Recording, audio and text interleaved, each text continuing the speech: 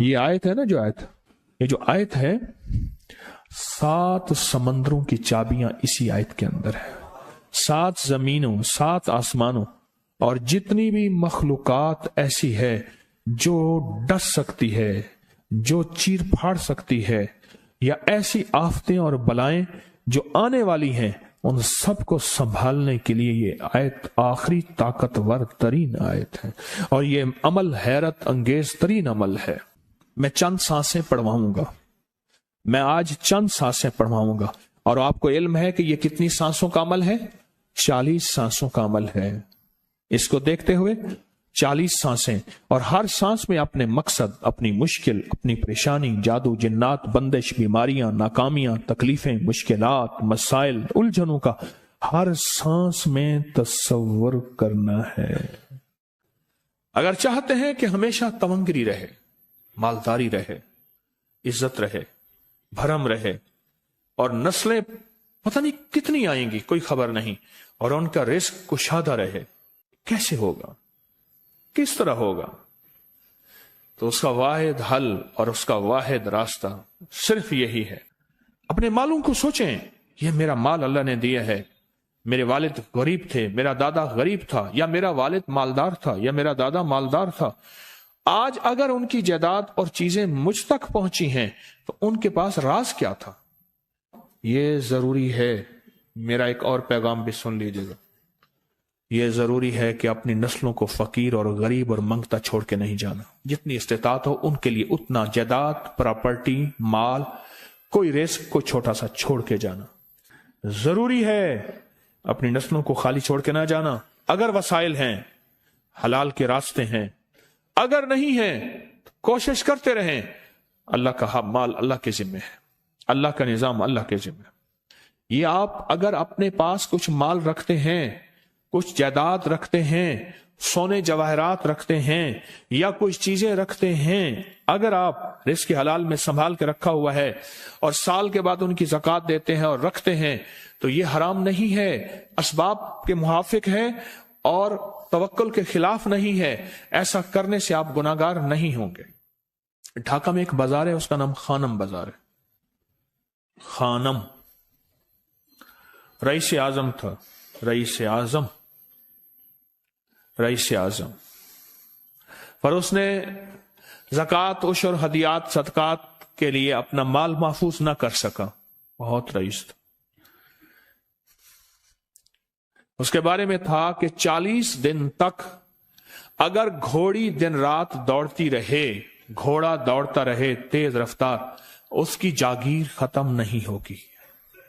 40 دن 40 راتیں، 40 دن 40 راتیں ختم نہیں ہوگی.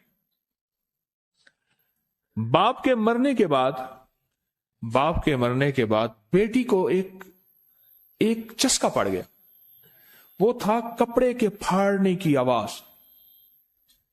کپڑا نا پھٹتا ہے تو اس کی ایک آواز ہوتی ہے، بس اس کو آواز اچھی لگتی تھی.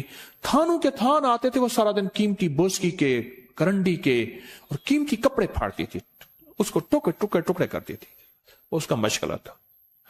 اور بیٹے کو مشغلہ یہ پڑ گیا، اس وقت نئی دیا سلائی آئی تھی، یہ ماچس کی ڈبیاں، تیلیاں، وہ ماچس کی ڈبیاں اور تیلیاں جلاتا تھا. اس کا بارود کی بو اسے اچھی لگتی تھی. بارود ہوتے نا، وہ بارود لگا ہوا تھا تو 2 بارود آپس میں ٹکراتے ہیں، شعلہ نکلتا ہے، اس سے بو بھی نکلتی ہے، اس کو بو اچھی لگتی تھی. ایک وقت آیا کہ وہ خالی ہو گیا. اور خانم فارسی کا لفظ اصل میں، وہ ایک اس گلی بازار کے چوراہے میں کھڑی ہوتی تھی ایک جگہ اور بھیک مانگتی تھی،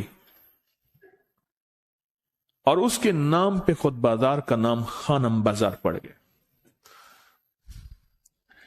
میں جھنگ میں گیا، پرانی بات ہے، ہمارے ایک مخلص ہیں، ان کے ہاں ایک چوک میں کھڑا تھا. تو وہ چوک سے ان کی گاڑی لینے آئی کہ آگے راستہ سمجھ نہیں آ رہا تھا. تو مجھے کہنے لگے آپ میری گاڑی میں بیٹھ جائیں. میں ان کی گاڑی میں بیٹھ گیا. مجھ سے کہنے لگے یہ جو چوک ہے نا، فلاں، میں نام نہیں لیتا، فلاں، اس کی اتنی جاگیر تھی کہ 3 دن 3 راتیں گھوڑی دوڑتی رہتی تھی، ختم نہیں ہوتی تھی. اور پھر ان کی نسلوں میں کوئی ایسا آیا اور خود اس کو کوئی ایسی چیز پڑ گئی کہ ایک وقت تھا اسی چوک پہ کھڑے ہو کے بھیک مانگتا تھا. اور ایک دفعہ سخت سردی تھی، بھیک مانگ رہا تھا، سردی میں ٹھٹر گیا اور ٹھٹر کے تو میں چھپ گئے جیسے آج کل سردی ہے.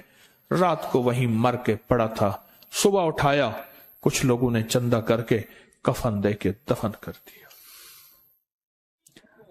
میرے حضور کا فرمان ہے اپنے مالوں کو زکوٰۃ کے ذریعے محفوظ کرو، محفوظ کر لو.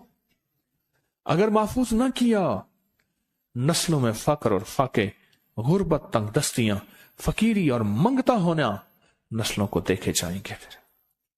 پھر نسلیں کہیں گی پدرم سلطان ہمارا باپ، ہمارا دادا بادشاہ تھا، جاگیردار تھا، مالدار تھا. ہمارے بڑے بتاتے ہیں زندگی بھر کے لیے فقر اور فاقہ، غربت اور تنگ دستی سے بچے رہیں گے. غیب سے اللہ کا نظام ایسا چلے گا، ایسا چلے گا، ایسا چلے گا. اللہ سارے بھوکے ہوں گے، سارے پیاسے ہوں گے، سارے فقیر ہوں گے، سارے منگتے ہوں گے. اللہ تجھے کھلائے گا بھی صحیح، پلائے گا بھی صحیح، سلائے گا بھی صحیح. عزت کے تکیے، عزت کے لقمے، عزت کے جام، عزت کے جام. مالک بن دینار رحمت اللہ علیہ کے پاس ایک بندہ ہدیہ لے کے آیا. اللہ کے ولی تھے. حضرت ہدیہ قبول فرمائے. آپ قبول فرما لیتے تھے، کسی کا نہیں کرتے تھے. میں نہیں لیتا، تیرا رزق حلال نہیں ہے. دیکھ کے فرما دی تیرا رزق حلال نہیں. دیکھ کے فرمایا تیرا رزق حلال نہیں. انہیں حضور حلال ہے، فرمایا نہیں ہے. تو اچھا فرمایا ایسا کر، یہ رزق لے جا جو مجھے ہدیہ دیتا ہے. تجھے سب سے زیادہ جو مستحق ضرورت مند ملے اس کو دے. دینے کے بعد پھر اس کا پیچھا کر. وہ ان پیسوں سے کرتا کیا ہے؟ اب مرشد کا حکم تھا، فرمان تھا، کیا. دیکھا تو ایک لولا، لنگڑا، اپاہج، معذور، اندھا، کانا، کپڑے خستہ حال، بالکل بے بس، اور بھیک مانگ رہا ہے. اس کا دل نرم ہوا اور کہا کہ اس سے بڑا ضرورت مند پھر کوئی نہیں ہے.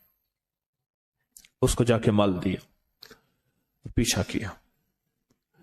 چلتے چلتے چلتے اس نے جا کے آگے گیا تو نہ وہ لولا تھا، نہ وہ لنگڑا تھا، نہ وہ کندھا تھا، کانا تھا، نہ وہ اندھا تھا، کچھ بھی نہیں تھا. بالکل ٹھیک ٹھاک ہو گیا اور یہ حیرت سے دیکھ رہا ہے. کرتے کرتے جا کے اس نے ان پیسوں سے حرام کام کیا. خاموشی سے آ گئے، آپ کا فرمان ٹھیک ہے، میں اب یہ میرے پیسے لے.